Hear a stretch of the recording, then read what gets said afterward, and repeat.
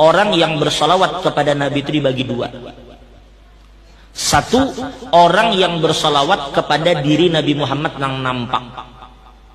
Jadinya bersalawat kayak yang mana? Yang disalawatinya Nabi Muhammad yang lahir di Mekah itu. Yang disalawatinya Nabi Allahumma salli ala khairi maulud. Ya Allah, limpahkan salawat kepada orang yang paling baik yang dilahirkan di muka bumi. Ke situ salawatnya tujuannya. Boleh lah, kada masalah. Kita disuruh bersalawat lawan nang ini. Jelaskah? Jelaskah? Baik. Tetapi yang kedua, ada juga ulama yang mereka itu bersalawat langsung kepada Nurihil Asli. Mereka tidak bersalawat kepada Muhammad yang lahir di tempat tertentu dan berpindah di tempat tertentu, kada. Tetapi mereka itu bersalawat kepada hakikat Sayyidina Muhammad. Kesitunya mengarahkan salawat.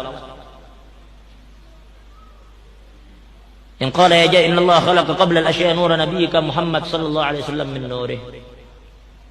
Ya arah salawatnya ke nur nang asli. Nah, orang yang bersalawat berarti jelas paham lah. Yang pertama bersalawat kepada Nabi nang nampak ya. Yang kedua bersalawat kepada hakikatnya Sayyidina. Nang bersalawat kepada hakikat Sayyidina Muhammad itu lagi dibagi dua. Ada orang yang bersalawat binafsihi. Orang yang bersalawat kepada Nabi dengan membawa dirinya sendiri. Siapa yang bersalawat kepada Nur itu? Ahmad Jaini yang bersalawat. Guru Darmawi, Ustadz Das'ad, Guru Sirat, Habib Munir, itu nang bersalawat, itu nang bersalawat. Berarti kita bersalawat kepada hakikat Nabi Muhammad, gitu lah. Itu yang pertama. Tapi yang kedua adalah orang yang menenggelamkan dirinya. Kada lagi inya memandang dirinya diisi wujud, tetapi inya tenggelam di dalam hakikat Sayyidina Muhammad. Karena hakikatnya semuaan manusia ini sebenarnya tenggelam di dalam hakikatul Muhammadiyah. Bukan kita ini dalam hakikatul Muhammadiyah dikatakan bahwa manusia itu tidak pernah keluar daripada hakikat Sayyidina Muhammad. Kada pernah keluar dari situ. Berarti dari sini kita paham ternyata siapa yang bersalawat sebenarnya hakikatnya adalah hakikat Muhammad yang sedang bersalawat kepada hakikat Muhammad. Wa'lamu annahu huwal musalli la anta. Dialah yang bersalawat, bukan kamu. Itulah datu kalampayan, datu kita. Datu kalampayan, datunya kita orang Kalimantan ini. Datu kalampayan katakan wa tauhiduka khurujuka anka. Yang dimaksud tauhid adalah ketika kamu keluar dari dirimu sendiri. Sekarang siapa nak mencela kita kalau kita tenggelam kayak ini? Siapa yang mencela Guru Udin setiap malam mengisahkan Nabi Muhammad saja? Kenapa Guru Udin biar kadang bahas yang lain? Kenapa Sirin tenggelam? Siapa yang mencela orang kayak ini?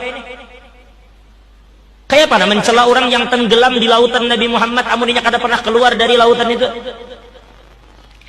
Mayyalumni fi gharami talama ashiq jamalah.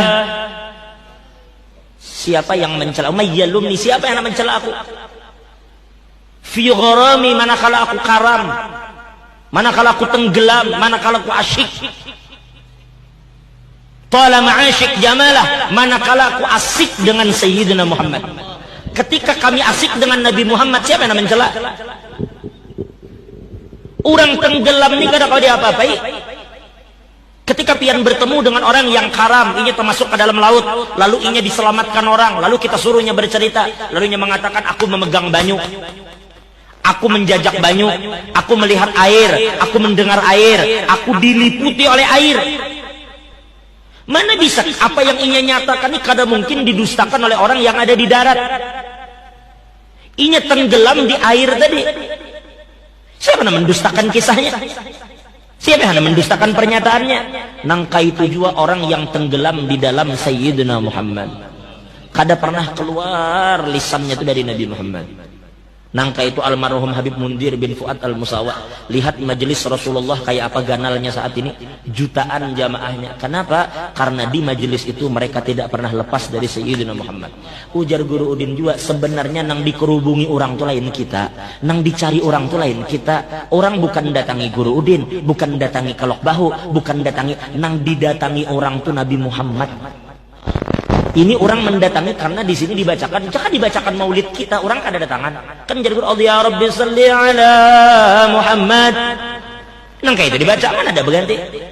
Kalau bang ya Rabbi salli ala Adul, Ya Rabbi salli ala utuh, ya Rabbi salli ala bahri. Kada ada semuaan Muhammad. Jadi nang kita bawa kemana-mana ini cuma Muhammad saja.